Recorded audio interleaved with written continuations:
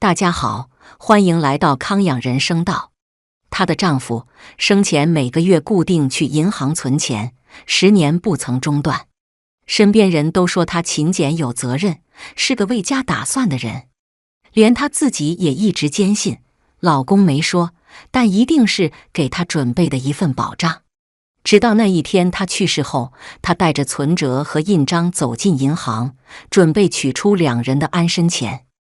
但出现在她眼前的不是财富，而是一串让她无法理解的数字，账户里只剩下10块钱。她一头雾水地回到家，儿媳冷着脸递给她一份文件。那份文件直接撕开了她对婚姻、对家庭、对丈夫的全部认知。10年她到底在做什么？那些存的钱到底去了哪？让我们开始今天的影片。我叫林素梅，今年65岁，以前是一所国中的国文老师，教了一辈子的字文，礼义廉耻，退休5年了，日子算不上风光，但还过得去。直到上个月，我的老伴陈建国走了，心肌梗塞，走得很突然。他走的那天是星期四，晚上8点，我正要泡茶，茶叶才刚抓一小撮进壶里，他就倒在沙发上，手还拿着遥控器。等我反应过来叫救护车，一切已经太迟了。医生说他走得很安详，我不晓得这算不算一种安慰。他的告别式办得还算体面，他银行那边的老同事也来了不少，讲话4平8稳，还夸他是分行最稳的一块砖。我站在灵堂旁边，听那些人说着他多努力、多正直、多可靠，只觉得那些话像是从很远的地方飘过来，一句也进不了心里。人死了，话就变得特别客气。可只有我知道，他这些年到底在想什么。葬礼过后，家里一下子空了下来，那种安静比任何声音都吵，吵得我心里发慌。为了给自己找点事做，我开始整理他留下的东西，他的衬衫，他那双永远穿不坏的皮鞋，抽屉里一大叠旧发票和报纸。整个书房像是时间冻结了一样，一切都还停在他最后一次出门前的模样。我翻开他的抽屉，里面装满各式各样的收据、名片、简报，都是一些没用的老东西。但最底层那个抽屉锁着，钥匙不见了。我找了好久才在旧皮夹里翻出来。抽屉打开的时候，我几乎是屏着气的。里面只有一个东西，一个生锈的铁盒，沉甸甸的。我拿出来打开，里头躺着3样东西：一张结婚证书，一张泛黄的纸条，还有一本银行存折。那纸条上写着：不管你什么时候看到这个，希望你还相信我。我心头一紧，手开始抖。那本存折我从来没见过，但我知道他10年来，他每个月固定有一天第1个周二下午，无论刮风下雨、晴天台风，他都会准时出门，说是去银行存点钱。我从没问过他这笔钱的事，他也从不主动提，因为我觉得夫妻之间不需要问得那么细。反正日子过得下去，谁存谁管，不都是一家人？但现在不一样了，他走了，只剩我一个人。我盯着存折好久，我心里盘算着，建国每个月工资虽然不算顶高，但他都比较省，每个月少说也能存个1、2万。10年下来，加上利息，这户头里怎么说也有个100、200万吧。第2天，我就带着存折、身份证和印章，走进银行分行的大厅。冷气开得很强，服务铃声响个不停。等轮到我把东西递给柜台那个年轻行员。您好，我想查一下这本存折的余额。他微笑接过去，刷了一下，忽然表情有些奇怪。他犹豫了一下，才抬头看我，语气谨慎。陈太太，这户头的余额是10元。什么？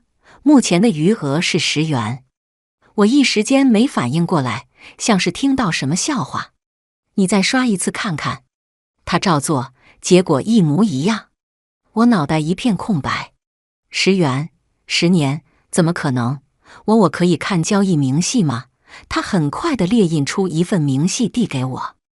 我拿着那张薄薄的纸，视线却越来越模糊。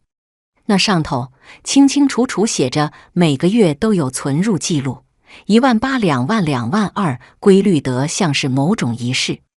但奇怪的是，几乎每次存入的同一天或隔天，就有一笔一模一样的提领记录，整笔全数提走。而在备注栏里，偶尔会出现几个模糊的字眼：医药费、生活费。我觉得身体开始发冷。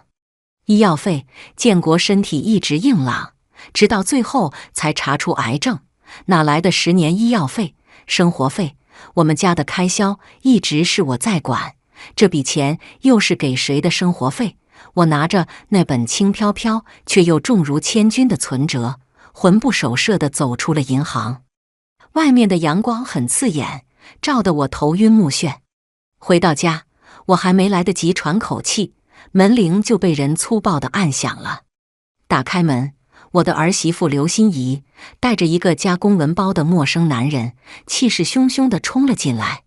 心怡是建设公司的千金，从嫁进我们陈家那天起，眼睛就长在头顶上，平时对我和建国也是爱理不理的，今天这架势更是来者不善。妈，她连鞋都没换，直接踩进客厅，把一叠文件重重地甩在茶几上。爸走了，有些账我们得算清楚。我还没从银行的打击中缓过神来，被他这突如其来的举动吓了一跳。心怡，你这是干什么？爸才刚走。就是因为他走了，才要算。心怡指着茶几上的文件，您自己看看，这是法院的支付命令，还有地下钱庄的借据，总共300万。300万！我腿一软，瘫坐在沙发上。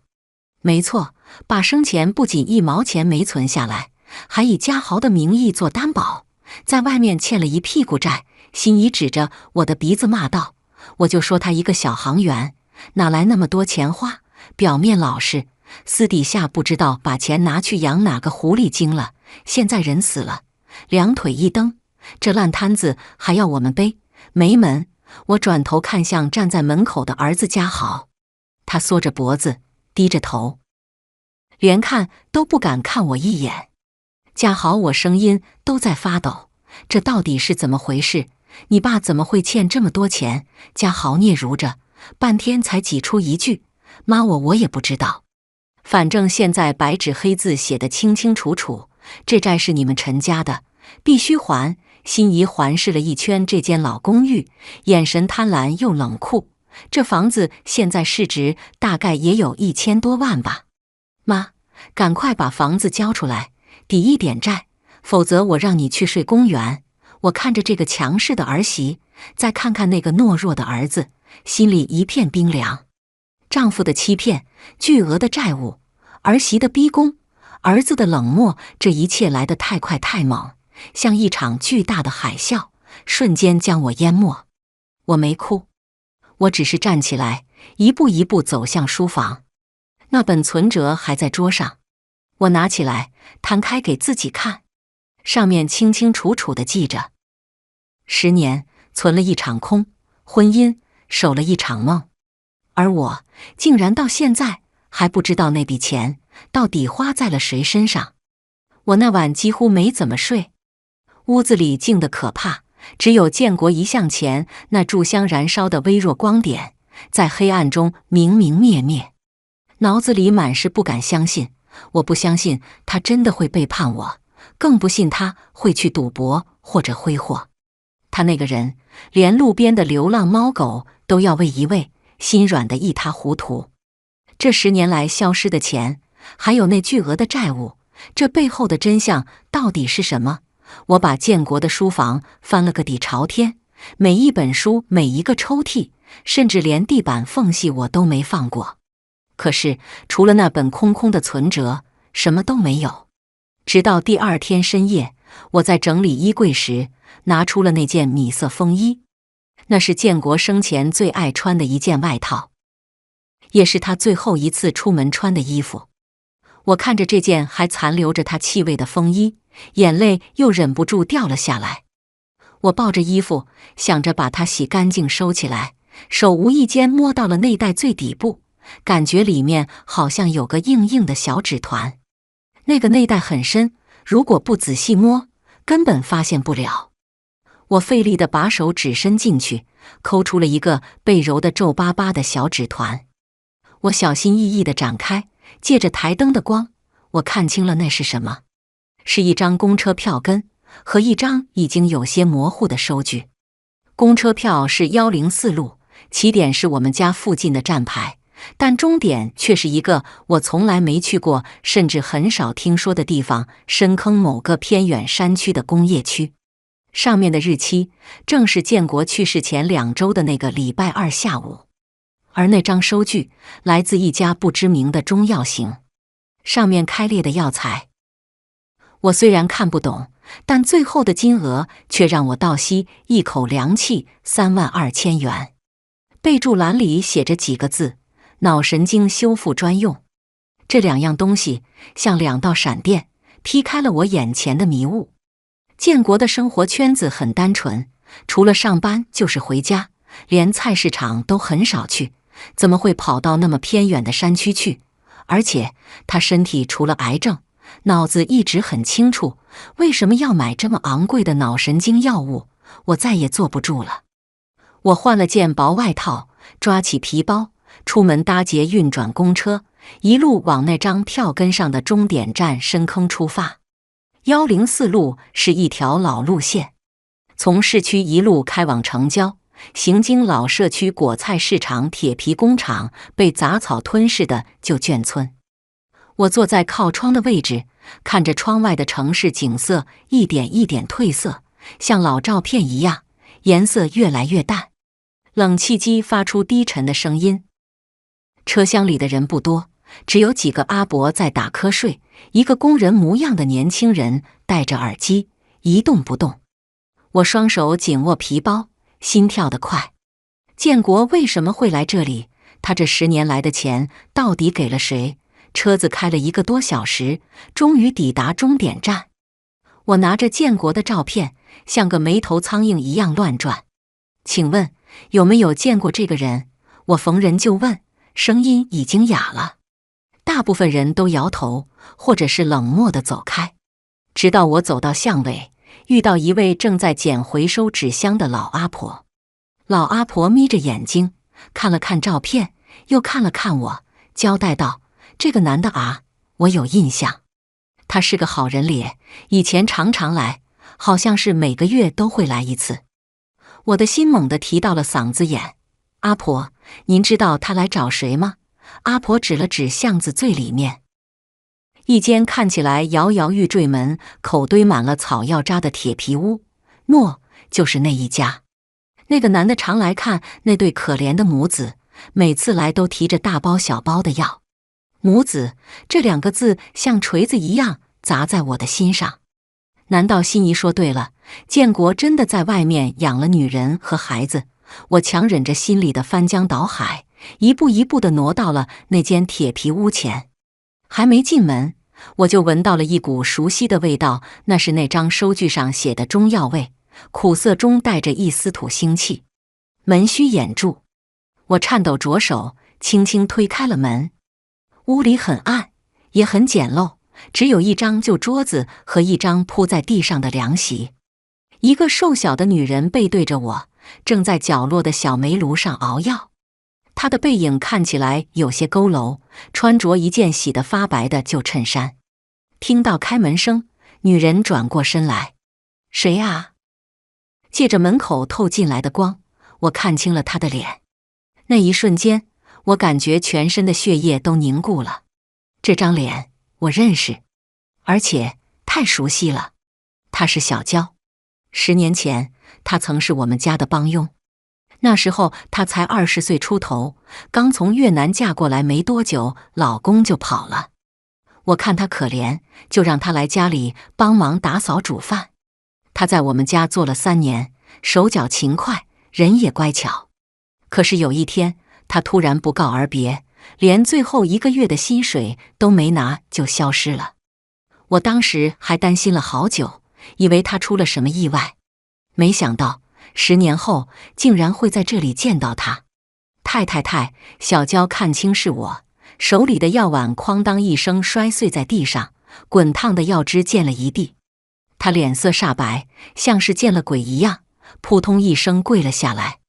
我也愣住了，我的目光越过他，看向了屋子里那张旧凉席，那里躺着一个男孩，看起来约莫10岁左右的年纪，但身形却瘦小的像5、6岁。他的四肢呈现出一种怪异的扭曲和萎缩，显然是重度的脑性麻痹患者。他的眼睛很大，却没有焦距，嘴里流着口水。但他看到我手里拿着的那件米色风衣时，原本呆滞的眼神突然亮了一下。他努力地抬起头，喉咙里发出了含糊不清却异常兴奋的声音：“爷爷。”那一声爷爷像一道晴天霹雳，把我整个人都劈傻了。10年前小娇不告而别，每个月消失的前脑性麻痹的孩子，所有的碎片在这一刻拼凑在了一起，指向了一个让我无法接受的崩溃的结论：这个孩子是小娇生的，而建国养了他们整整10年。我感觉天旋地转，胃里一阵翻涌。我指着那个孩子，又指着跪在地上的小娇，声音尖锐地变了调：这个孩子是谁的？小娇跪在地上，哭得浑身发抖，却一句话也说不出来。她的沉默像是最残忍的承认。我转身冲出了铁皮屋，在荒凉的巷弄里跌跌撞撞地奔跑，眼泪模糊了我的视线。我只想逃离这一切恶心的真相。我一路恍惚地回到了台北。那几天，我把自己关在家里，谁的电话也不接。心仪发来的催告简讯，一条接一条，但我只是看着，心里已经没有了最初的恐慌。我看着建国的遗像，照片里的他笑得那么憨厚。我想起我们这40年来的点点滴滴，想起他把薪水袋交给我时的踏实，想起他生病时还叮嘱我要按时吃饭的温柔。这样一个人，怎么可能背叛我整整10年？还演得天衣无缝。1周后，我的情绪慢慢淡下来了。当愤怒慢慢退去，理智重新占据了上风，而一些被忽视的细节开始一一浮现。不对，有些地方说不通。如果这真的是建国的私生子，是他对不起我，那他为什么要让家豪去做那笔300万债务的担保人？这不合常理。哪有父亲会让自己的亲生儿子去替自己的私生子背债？而且那孩子的眉眼，我脑中忽然闪过一个画面：家豪小时候在我怀里对我笑的那个神情，那个笑容竟和安安有几分像。我起身走到浴室，打开抽屉，拿起家豪来家里时用过的梳子，几根细细的头发还卡在梳齿里，我小心翼翼地用镊子夹出来，收进小袋子里。隔天，我又去了一趟那间铁皮屋。小娇看到我，一脸惊慌，正想关门。我只说，我不是来闹事的，只是想看一眼那个孩子。她犹豫了一下，让我进去。我走到安安身边，她好像认得我一般，咧开嘴笑着。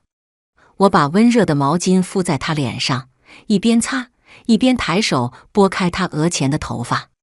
在看似无意的动作中，我取下了3根头发，迅速收进另一个袋子里。回家后，我直接联络了一家民间基因检测中心。3天后，结果出来了，家豪与安安基因吻合度99.997%。我坐在实验室外的走廊上，手里捏着那份报告在颤抖。那一瞬间的感情太复杂了。我庆幸那不是建国的孩子，不是什么婚外情，不是什么老男人偷养私生子的丑事。我的婚姻至少没有被背叛。可是我真的能庆幸吗？那孩子居然是我亲孙子，是家豪的血。这中间到底发生了什么？我回到铁皮屋，小娇来开门，一看到是我，脸色立刻变了。林太太，你怎么又来了？我没废话，直接把报告放在他面前。我都知道了，这是 DNA 鉴定。安安，是我孙子。嘉豪的重，他整个人像被雷劈中一样，站也不是，坐也不是，额头开始冒汗。过了好一会儿，他才开始说话。对不起，林太太，我不是故意骗你的，真的不是。他断断续续地说出一段我从没听过的往事。10年前，他还在我们家帮佣，有1个月我住院做手术，建国一直在医院陪我，他一个人料理着家中大小事，直到那个雷雨夜，他在厨房洗碗，听到玄关门被撞开的声音是嘉豪。他说嘉豪当时醉得一塌糊涂，一身酒气，眼神涣散。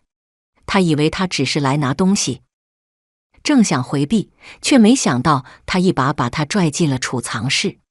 那一晚，他几乎是被硬生生地撕裂了尊严。他哭挣扎求救，但家里除了他，没有人。事情发生之后，嘉豪很快就清醒过来，清醒得可怕。他知道这件事不能留痕，他知道如果被发现，他跟心仪的婚事就完了。他更知道小娇没有筹码，所以他开始逼他走。先是冷处理，接着挑他的错，最后直接告诉他，你继续留下来，只会给自己惹麻烦。他提了辞职，但事情没有结束。辞职之后，他还是会找借口出现在他打工的地方，威胁他，你最好聪明一点，你要是乱说话，回不了越南，不要怪我。他开始躲，换工作，换住处。3个月后，他发现自己怀孕了。他第一个念头是把孩子拿掉。他去看医生，医生却告诉他，他的体质如果这次流产，很可能一辈子都不会再有孩子。他说他坐在诊间外的椅子上坐了很久，那不是一个想留下来的决定，那是一个如果连这个孩子都不要，他这一生就真的什么都没有了的决定。他留下了孩子，也从此被世界抛下。建国是后来才发现不对劲的，他离开得太突然，没有道别，也没有回来拿薪水。建国追问嘉豪，嘉豪支支吾吾，只说外劳不适任。直到有一天，建国在嘉豪的旧手机里看见一段还没删干净的语音。那个越南的很麻烦，还好他怕事，叫他滚就滚，不然我婚事就真的完了。建国没有当场拆穿，他只是记下地址，一个人找了过去。他找到那间铁皮屋时，小娇的肚子已经很明显了。他看到建国站在门口，以为一切都完了，但建国只是坐下来，听他把话说完。最后他只问了一句，孩子是我们家的，他点头。那一天开始，建国没有再让他一个人撑。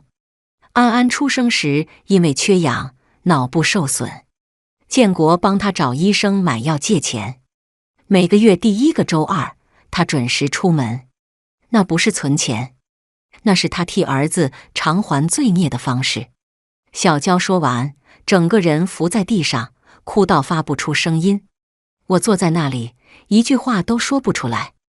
我终于明白，那张纸条上写的不是请求，希望你还相信我，那是他留给我的交代。他没有背叛我，他只是选择一个人扛下所有肮脏的后果。我把小娇和安安暂时安顿在了一家便宜但干净的小旅馆里。安安的状况比我想象的还要糟。就在我刚把他们安顿好的第2天深夜，安安突然发起了高烧，接着就开始剧烈抽搐，陷入昏迷。我们连夜把她送到了大医院。医生从急诊室出来，脸色凝重地告诉我们，安安是因为天气转凉引发了严重的肺部感染，并发脑水肿，情况非常危急，必须立刻进行手术，加上后续的加护病房费用，初期至少需要准备30万。30万，对于现在的我来说，这简直是天文数字。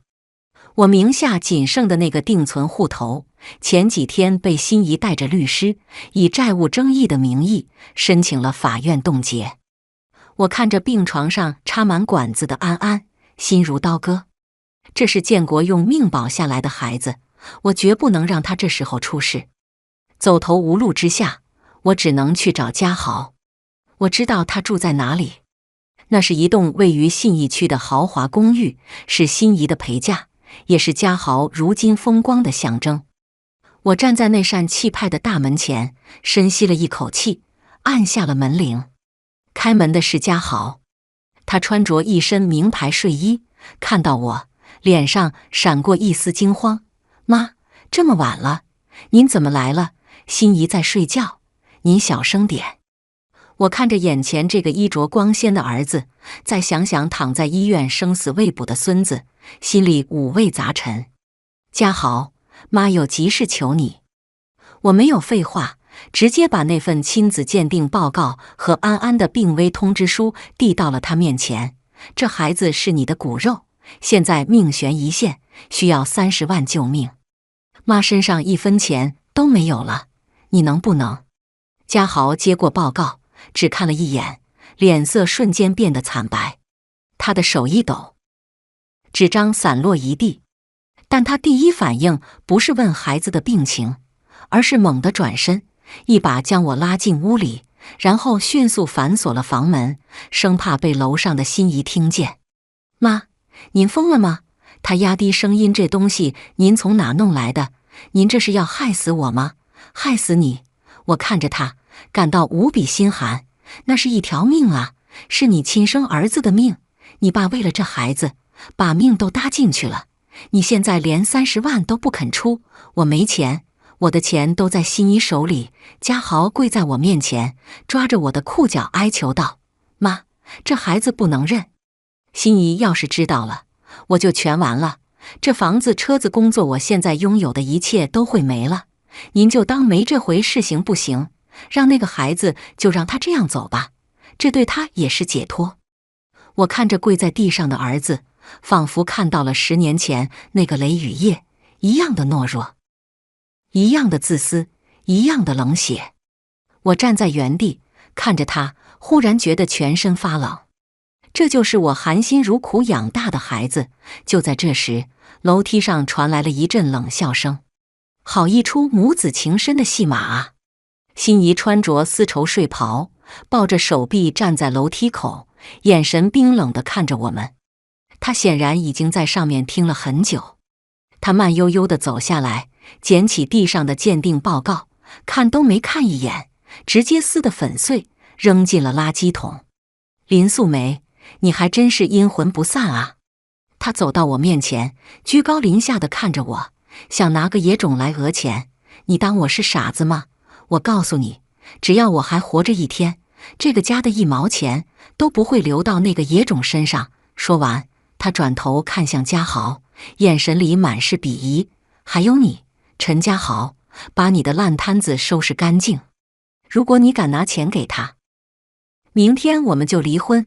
你给我净身出户！家豪吓得浑身发抖，连忙爬过去抱住心仪的腿。老婆，我不敢，我绝对不会给的，你相信我。我看着这对夫妻，一个恶毒，一个卑微，只觉得恶心至极。滚！心仪指着大门，立刻滚出去，以后别让我再看见你。他按下对讲机，叫来了社区保全。2个高大的保全架着我，像拖拉机一样把我拖出了大门，把我随身的包包扔在了马路上。外面下起了雨，冰冷的雨水打在我脸上，混着泪水流进嘴里，苦涩不堪。我坐在公园长椅上，点开通讯录，想着该和谁先借点钱。安安的命等不起，要去解冻资产的话，肯定不急了。晚上10点，冷风灌进我骨头。就在这时，我的手机震了一下，我木然地接起电话。那头传来一个有些焦急的男声：喂，是大嫂吗？我是老张啊，建国的老朋友，做代书的那个。老张，我想起来了，他是建国几10年的老战友，为人很仗义。老张，我声音哑得几乎听不见。大嫂，你在哪里？老张的语气很激动。建国走得急，有件事可能没来得及跟你交代。10几年前，他跟我合资，在淡水山区买了一块没人要的荒地，说是想留着以后种菜养老。我愣了一下，好像是有这么回事，但那块地鸟不生蛋，根本不值钱，我也就没放在心上。大嫂，你听我说，老张的声音提高了8度，那块地他是以你的名义买的，最近被划进了新的科技园区开发案，昨天市府公告刚出来，地价暴涨了，现在有建商急着要收购周边的土地，开价很高，你那份虽然持分只有一半，但建商出价800万，你赶紧带证件来找我签字，这笔钱马上就能下来。800万，我握着手机的手剧烈颤抖起来，甚至怀疑自己出现了幻听。那一刻，我心里只想着一句话：建国，这是你留给我的最后一张底牌吗？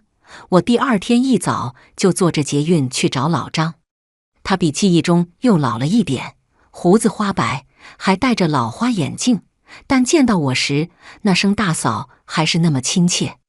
他在办公室翻出当年建国替我买下的买地契约，还有建商现在开出的购地意向书800万整，一次付款，现金支票交割。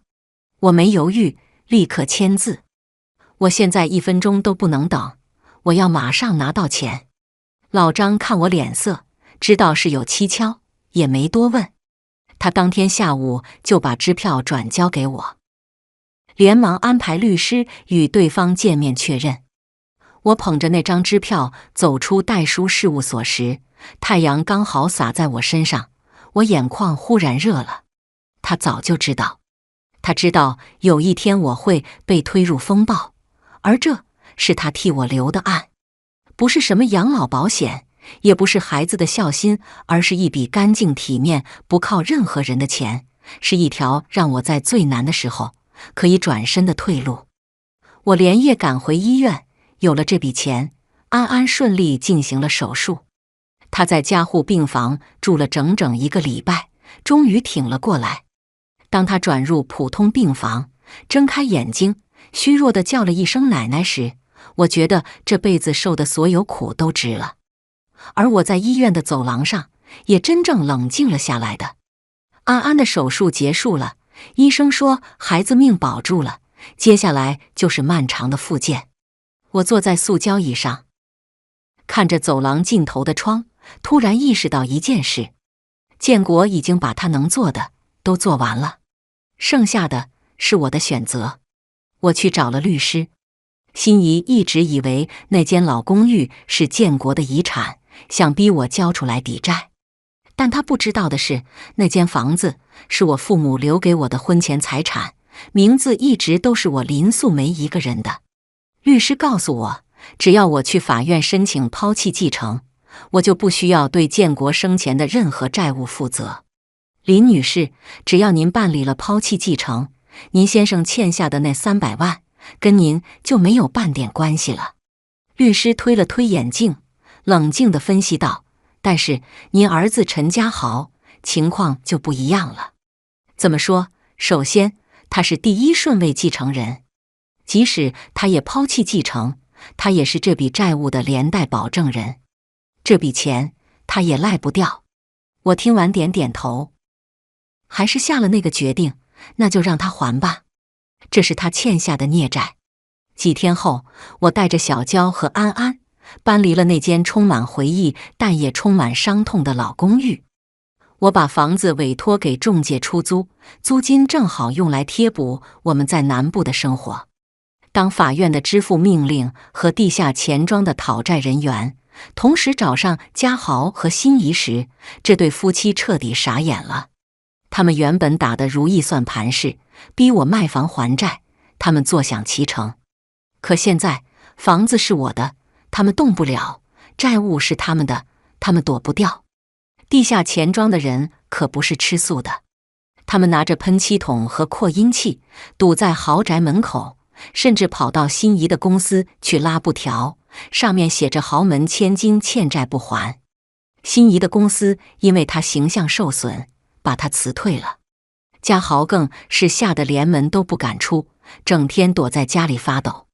贫贱夫妻百事哀，在巨大的经济压力和恐惧中，心仪终于露出了本来面目。他得知家豪在外面还有个身患残疾的私生子，而且那笔300万的债务，竟然建国为了养这个孩子欠下的。他彻底爆发了。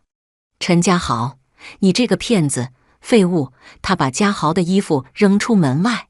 我们离婚，你给我净身出户，你的烂债你自己背，别想拖累我。家豪失去了工作，失去了家庭，背负着巨额债务，流落街头。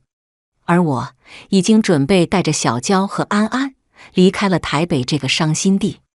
离开那天，家豪找到了我，跪下喊着让我救救他。我看着他，没有愤怒，也没有快意，只有一种迟来的明白。你爸以前是替你把你该扛的东西先扛在自己身上，但那不代表那些东西不是你的。他抬头看我，眼神慌乱，可我一直以为他会处理。对，我点头，你以为？我顿了一下，才慢慢说出那句话，你爸就是要你以为。他怔住了，我带他坐下来，把那本存折放在他面前。你以为这是他帮你存的钱？你以为他在替你收拾烂摊子？你以为只要你不负责，总有人会替你负责？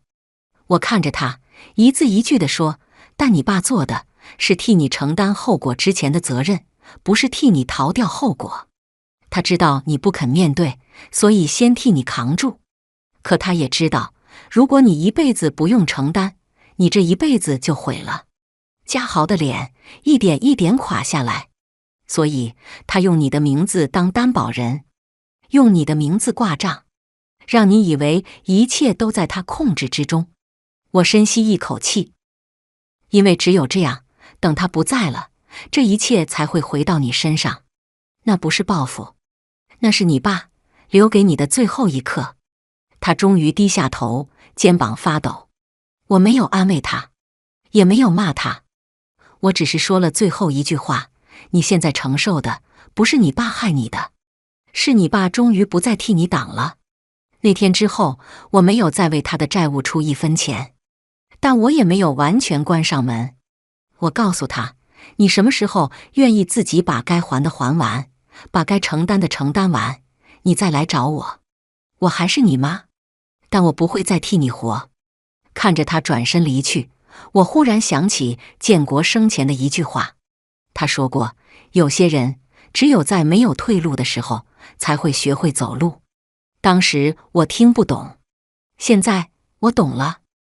我用卖地剩下的钱，在南部买了一间带院子的透天厝，那里阳光很好，空气也新鲜，最适合安安复健。小娇很勤快，把家里打理得井井有条。她还在附近的市场租了个摊位，卖越南河粉，生意很红火。安安在经过复健后，虽然走路还有些跛，但已经可以自己去上特殊教育学校了。我们祖孙3人过上了平静而安宁的日子。直到1年后，那年冬天特别冷，连南部都下了霜。我们家院子后面那棵龙眼树第一次结了霜花，安安站在落地窗前看了半天，手里捧着我新买给她的毛线手套，眼神亮晶晶的，好像什么都还是第一次。她现在说话越来越多了，复健1年多，她已经可以慢慢走，慢慢表达，有时候还会用键盘输入文字和我们聊天。虽然辛苦，但每一个字，每一个脚步，对我来说都是奇迹。那天早上，我们正准备出门做回诊，小娇在厨房热牛奶，门铃突然响了。我走过去，打开门，冷风灌了进来。门外是家豪，他站得比我记忆里更瘦更苍白，穿着一件明显不合身的旧外套，手上提着一袋橘子。他站在那里，有点狼狈地笑了一下。妈，我今天不上班，有想过来看看你们。这一年，我想通了很多事。我没出声。他吸了口气，像是终于鼓足了勇气。妈，我想认他。他说这话的时候，眼睛是红的，但声音很稳。不是因为法律，不是因为什么利益，我只是想承认那孩子是我的儿子。我以前错得离谱，可他不是错。他是个很坚强的孩子，你和他把他养得很好。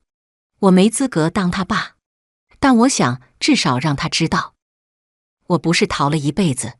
我看着他很久，没说话。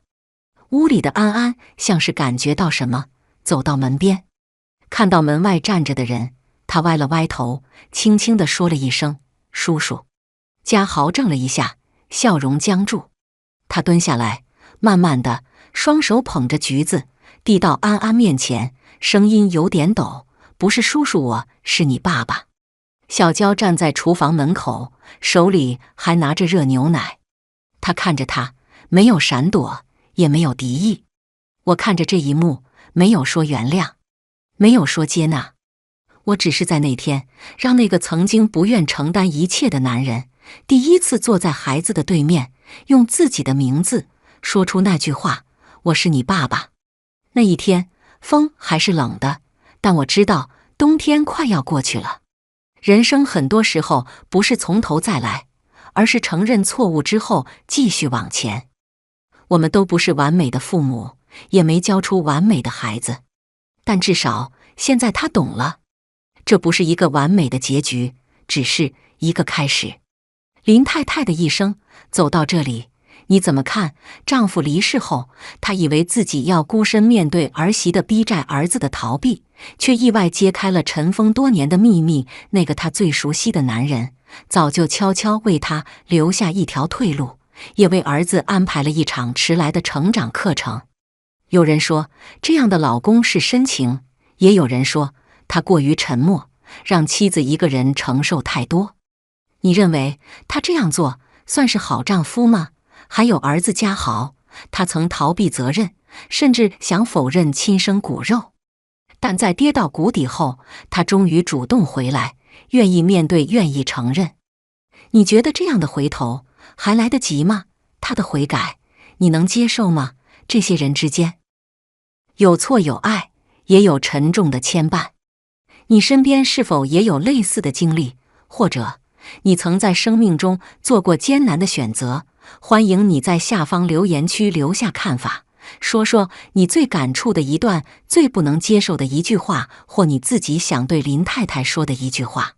如果你觉得这些经历值得被更多人知道，请记得按下订阅，并分享给你关心的人。